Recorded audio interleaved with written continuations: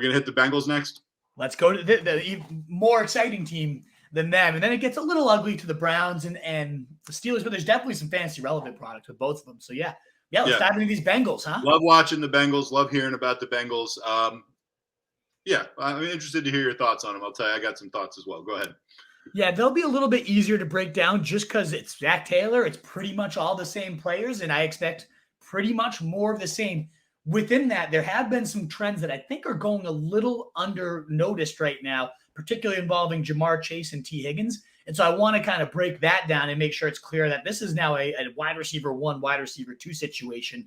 No longer that 1A, 1B. We'll get there when we get to the how I expect this to be distributed. But at the team level, kind of more of the same. We typically see their coach, Zach Taylor, under the league average. You think of this high-powered, massive attack. They actually run pretty slow. They like to take their time, bleed the clock, and they pretty consistently are 20 to 25 plays under the league average.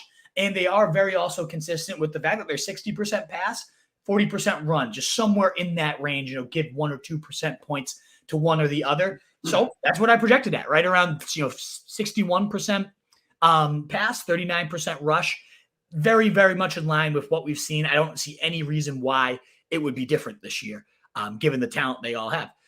The differences might be in how this work is distributed, though. So we could start with the aerial pie. That's a little more interesting here with our man, Joe Burrow. I have him jumping up pretty significantly in passing yards. I can show you down here. He's hovered right around 4,500 his last 2 seasons in his only 2 healthy seasons so far, Joe Burrow. And as you can see, 44, 75, 46, 11, 35, 34 touchdowns. So I do think those touchdowns stay relatively similar. I just expect a pretty big jump in overall pass yards, about 400 to 500 more this year as he gets better protection. The offensive line here is significantly improved. We've said that for a couple of years because really they just had nowhere to go up. They were bottom barrel a few seasons ago, and they've continued to make big additions, but none are bigger than what they did with Orlando Brown, bringing him in, the former Chiefs left tackle, Super Bowl winning left tackle of last year. He comes in an absolute anchor, and that was one of their strengths, actually. Jonah Williams there, first rounder, really not bad at all. Top half of the league left tackle, solid guy. But now you can kick him to the right because you got a top 5 tackle in the league here. Now another maybe top 10 tackle. And then Lael Collins, who was a pretty big disappointment, got hurt, but still a big body. Like maybe you can kick him into guard and be a mauling run blocker. If not, they have other big depth pieces. Ted Karras at center did a really nice job coming over. I think it was Kappa from the Bucs, solid job overall. It really was just that right tackle, right guard situation that was really weak and caused a lot of duress on Joe Burrow.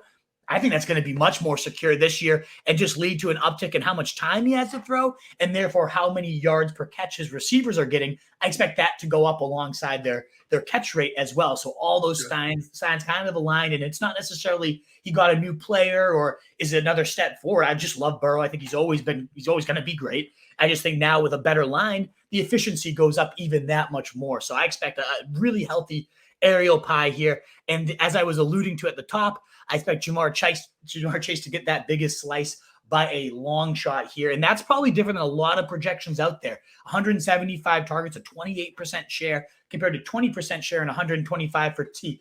For whatever reason, that narrative still seems to be out there that this is a 1A, 1B situation. And we've really seen that flip over the second half of last year and really become much more of the Jamar Chase. In fact, if you look at their games together, their last 9 full games together, they really only played 9 together last year because of those injury concerns.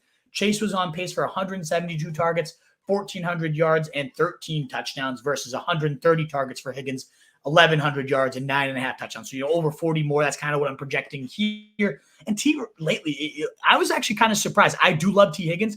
I think he's an absolute beast.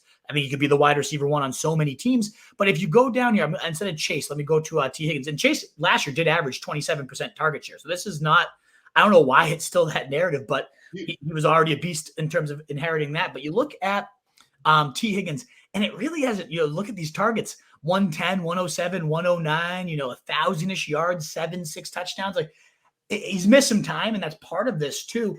But I don't know that it's that outlandish. It's not like he's been that crazy good in Jamar Chase's shadow these last couple seasons. So as much as I like T. Higgins and really respect the player, he's right now going top of round 2, where you can still sometimes get Derrick Henry, Tony Pollard, some of these freakish workhorse backs. So I just haven't ended up with much of T. Higgins. Certainly could be a number 2 receiver in real life. That's a number 1 on your fantasy team, but give me Jalen Waddle in that type of situation. I was going to ask you that question. To me, the obvious comp is Waddle and Higgins. I mean, they seem to be the guys that jump off the page to me as number 2s, clear number 2s, admittedly, on their teams who could be number 1s and maybe number 1 anchoring a fantasy team. You like Waddle more than Higgins?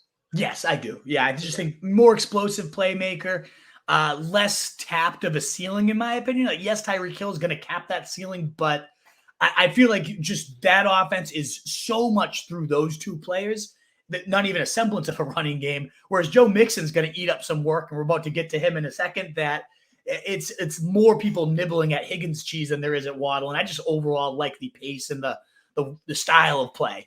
If Tua gets concussed in the first month of the season, do you like Higgins more than Waddle? And that's a really good point, too. That's a little bit more risk is mixed into Waddle, who's smaller himself, who has a little bit of an injury risk in that sense, and of course tied to his quarterback that has a big injury. So as long as you're okay stomaching extra risks, I do think Waddle's still to play. But of course, if Tua gets knocked out, that's a huge hit for everybody in that offense, and especially Jalen Waddle. So it's a really good point. Like, if you want to play it safer, T. Higgins definitely has a little bit of a higher floor, given that. Absolutely. Fair enough. All right. That's a good point. No, that's a really good point to bring up. No apologies needed. But other than that, at wide receiver 3, Boyd does his thing, but to me, he gets overdrafted. He goes round 8, round 9. I've seen often before James Conner, who has the potential to be a workhorse back. I know we should be comparing the wide receivers going there, but that's kind of why I like to rate on running backs, because you can talk about how some of these guys fall. And there's just not a ton of value. There's not a ton of ceiling here. Of course, there's that handcuff with benefits type of upside to him. If Higgins or Chase goes down, then he does become a really, really significant fantasy cog. But I'm not often drafting handcuff receivers in round 8, 9 range and hope that something happens. No, especially with Irv Smith added here too. I think he's going to be a much bigger mouth to feed than Hayden Hurst ever was. He's a better athlete. If that's assuming he's healthy, which is the biggest assumption you can possibly make with Irv Smith, because he hasn't made it through a full season since 4 years ago. So big if, but early camp reports, thriving, looking great, fitting in with his team. Burrow loves him. He's very attention to the details, where he's supposed to be. So I think a nice 75 targets, right in line with what Hayden Hurst got. I just think he can do a little bit more with maybe another touchdown, a few more yards per reception than Hayden Hurst. The tight end role has been fairly featured. I can scroll down here and just show you. It's 13 to 15% target share these last few years, and they've had nobody to really throw to. 14, 12, 13, 18. So, I mean, it's worked out pretty okay. And that's with, again, those big mouths to feed around him. So 12% target share, 75 targets, and some decent production on it. As long as he stays healthy, I see that for Irv Smith. But similar, because that risk of the injury is there, and there's like Higbee's going in his same range and things of that nature. I just don't have a lot of Irv Smith, despite liking the player, liking his situation. Worried about the injury risk, though. So there's definitely some higher target upside around him that I haven't gotten a lot of Irv Smith myself. This all leaves us with the backfield. We talked about the aerial. We've been leading up to this backfield. You've been hyping Mixon like crazy. I've heard you say like this guy is top 5 upside. Absolutely. I mean, we've seen it pretty much his entire career. I actually think that Joe Mixon is the single best, maybe overall fantasy pick, certainly at the running back position right now, best value that you can make in fantasy football, falling to round 5 right now in fantasy drafts. And honestly, none of it makes sense to me. He's been the running back 6, 6, and 11 his past 3 years. He's never been outside his top 12, other than injuries in his career. And now Samaje Perine is gone. And, yes, Mixon already was doing damn solid work with Samaje Perine there, but we're talking about 51 targets, 20th most among running backs for Samaje. We're talking about 38% of the snaps, 32% of the total opportunities, 23 red zone touches went to Samaje Perine.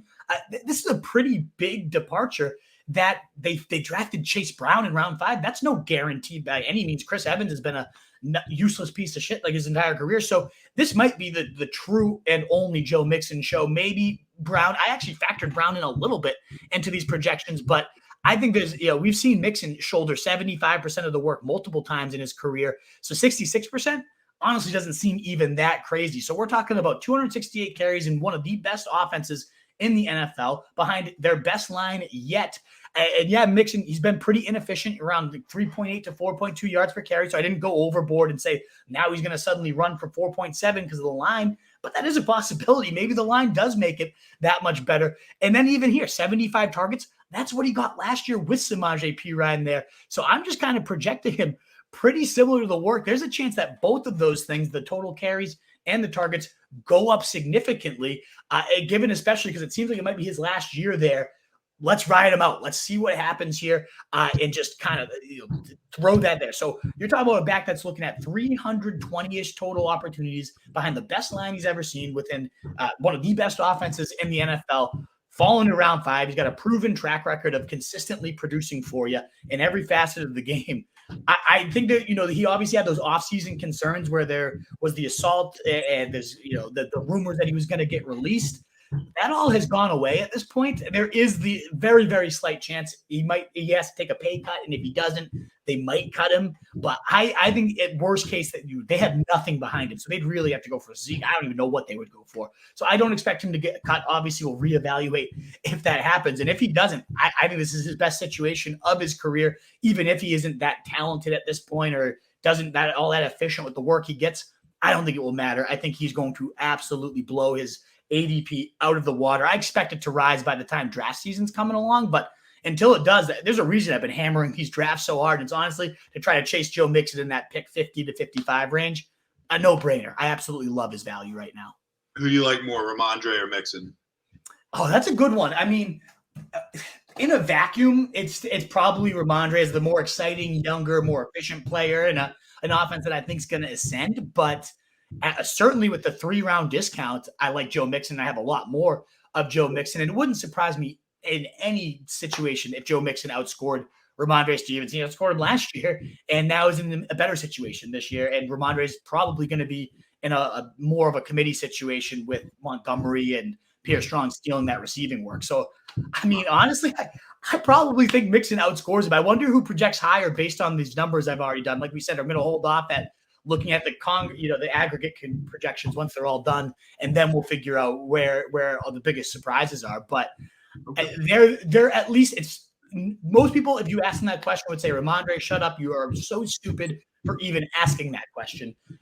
The fact that I really think these two could be neck and neck, but one's going 3 rounds later tells you all you need to know about my feelings for Mixon. I'm in love with him this year in his press. Absolutely. What is up, you fantasy wolf? Thanks so much for tuning in. If you haven't already, share your thoughts in the comments, check out some more videos, and join the newest Wolfpack by subscribing below.